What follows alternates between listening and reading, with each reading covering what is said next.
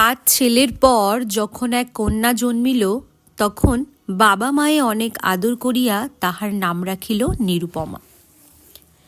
এ গায়ে এমন শৌখিন নাম ইতিপূর্বে কখনো শোনা যায় নাই। প্রায় ঠাকুর দেবতার নামই প্রচলিত ছিল। গণেশ, কার্তিক, পার্বতী তাহার উদাহরণ। এখন নিরুপমার বিবাহের প্রস্তাব চলিতেছে। তাহার পিতা রামসুন্দর মিত্র অনেক খোঁজ করেন, কিন্তু পাত্র কিছুতেই মনের মতন হয় না। অবশেষে মস্ত এক রায় বাহাদুরের ঘরের একমাত্র ছেলেকে সন্ধান করিয়া বাহির করিয়াছেন।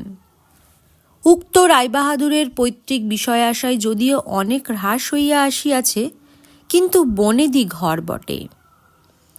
বরপক্ষ হইতে 10,000 টাকা পণ এবং বহুল দান সামগ্রী চাইয়া বসিল। রামসুন্দর কিছুমাত্র বিবেচনা না করিয়া তাহাতেই সম্মত হইলেন। এমন পাত্র কোনো মতে হাত ছাড়া করা যায় না। কিছুতেই টাকা জোগাড় আর হয় না। বাধা দিয়া বিক্রয় করিয়া অনেক চেষ্টাতেও 6,7 বাকি রহিল। এদিকে বিবাহের দিন নিকট হইয়া আসিয়াছে। অবশেষে বিবাহের দিন উপস্থিত হইল।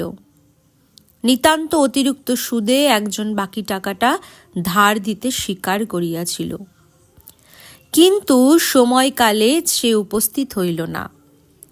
বিবাহ সভায় একটা তুমুল গোলযোগ বাঁধিয়া গেল। রামসুন্দর আমাদের রায়বাহাদুরের হাতে পায়ে ধরিয়া বলিলেন, শুভ কার্য সম্পন্ন হইয়া যাক, আমি নিশ্চয়ই টাকাটা শোধ করিয়া দিব। রায়বাহাদুর বলিলেন, টাকা হাতে না পাইলে বর সভাস্থ করা যাইবে না। এই দুর্ঘটনায় অন্তঃপুরে একটা কান্না পড়িয়া গেল। এই গুরুতর বিপদের যে মূল কারণ, সে চেলি পরিয়া, গহনা পরিয়া, কপালে চন্দন লেপিয়া চুপ করিয়া বসিয়া আছে। ভাবি শ্বশুরকুলের প্রতি যে তাহার খুব একটা ভক্তি কিংবা অনুরাগ জন্মিতেছে, তাহা বলা যায় না।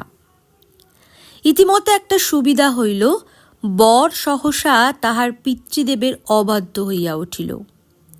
সে বাপকে বলিয়া বসিল, কেনা বেচা দরদামের কথা আমি বুঝি না, বিবাহ করিতে আসিয়াছি, বিবাহ করিয়া যাইব।